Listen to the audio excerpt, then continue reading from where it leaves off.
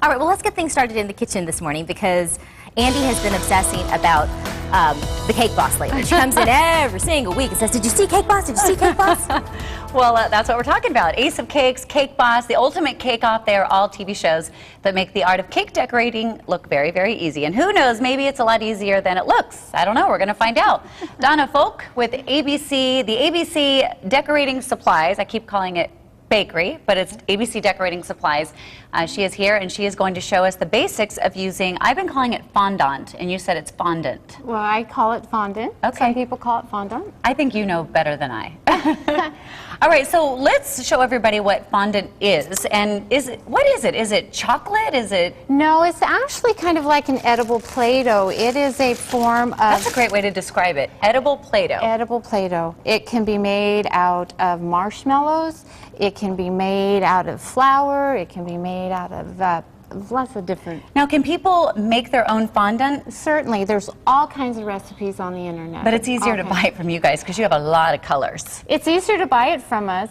Yes. Yes, good answer. Yeah. All right, well, show me the basics. Like, okay. We've made a cake, or you guys made a cake, and so we're going to decorate the cake, we're going to put the fondant on it, and then the next segment we're going to decorate it and show you how easy it is. So I'm going to let you go, and I'll jump in and help you where I can. Well, the very first thing about fondant is it will dry out, so you do need to make sure that you keep it soft. Just like your skin, I have some fondant moisturizer, which is shortening. Fondant moisturizer, I love it's it. shortening.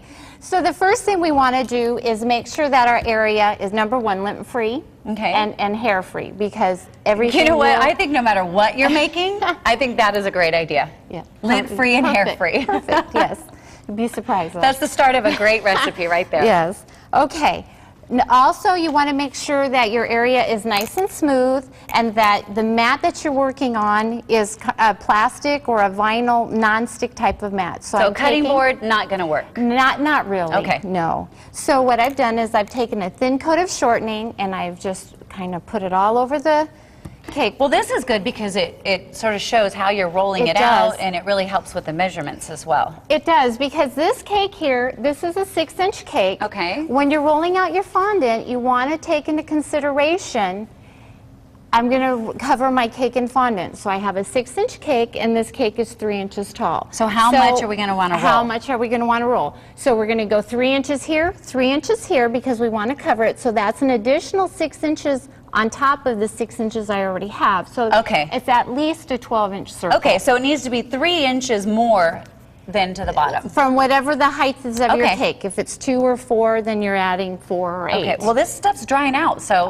let's go. Actually, you told me, it's Donna. pretty good. Actually, it's pretty good. So what we're going to do is we're just going to kind of knead it and make sure it's soft. Can I try it a little bit? Oh, certainly. I've got my fondant moisturizer. There you go. This would be great on your heels, by the way. Oh, very soft. Perfect.